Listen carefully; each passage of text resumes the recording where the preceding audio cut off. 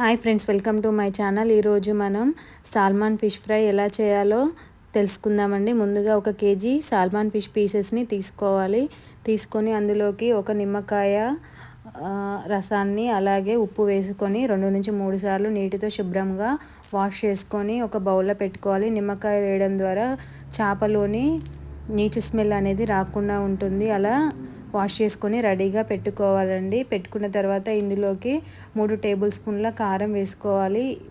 కొంచెం కారం ఎక్కువనే పడుతుందండి నాన్ వెజ్ కర్రీస్కి, ఎందుకంటే కొంచెం నాన్ వెజ్ కర్రీస్కి కారం ఉంటేనే బాగుంటుంది. అలాగే కొంచెం స్మెల్ కూడా రాకుండా ఉంటుంది. కాబట్టి 3 టేబుల్ స్పూన్ల కారం వేసుకోవాలి. ఇందులోకి 1/2 టేబుల్ స్పూన్ పసుపు వేసుకోవాలి. అలాగే ఫ్రెష్గా దంచి పెట్టుకున్న 1 టేబుల్ స్పూన్ అల్లం వెల్లుల్లి పేస్ట్ వేసుకోవాలి. అలాగే 1 టేబుల్ స్పూన్ ధనియా పౌడర్ వేసుకోవాలి. 1 టేబుల్ స్పూన్ సాల్ట్ వేసుకోవాలి. ఇందులోకి 2 నుంచి 3 టేబుల్ స్పూన్ల ఆయిల్ వేసుకోవాలి.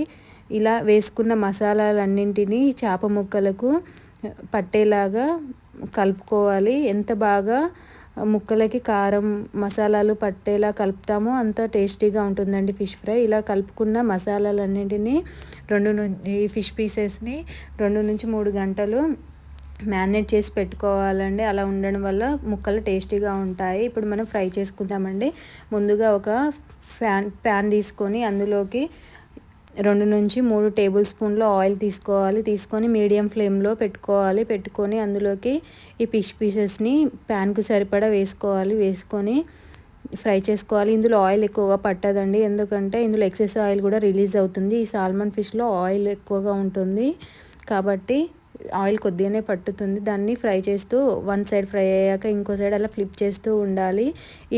మరీ హై ఫ్లేమ్లో పెడితే పీసెస్ అనేవి మాడిపోతాయి. లోపల ఫ్రై అవ్వవు, అవుట్ సైడ్ ఫ్రై అయిపోతుంది, టేస్టీగా ఉండదు. కాబట్టి మీడియం ఫ్లేమ్లో పెడుతూ హీట్ చేసుకోవాలి. అలా అయ్యాక ఈ కలర్ వచ్చే వరకు ఇలా ఫ్రై చేస్తూ ఉండాలి. అలా కలర్ వచ్చే వరకు ఫ్రై చేయడం ద్వారా పీసెస్ అనేవి క్రిస్పీగా అవుతాయి. ఇప్పుడు మనం ఒక ప్లేట్లోకి తీసుకొని సర్వ్ చేసుకోవాలి. అంతే, సాల్మన్ ఫిష్ ఫ్రై రెడీ అయిపోయింది.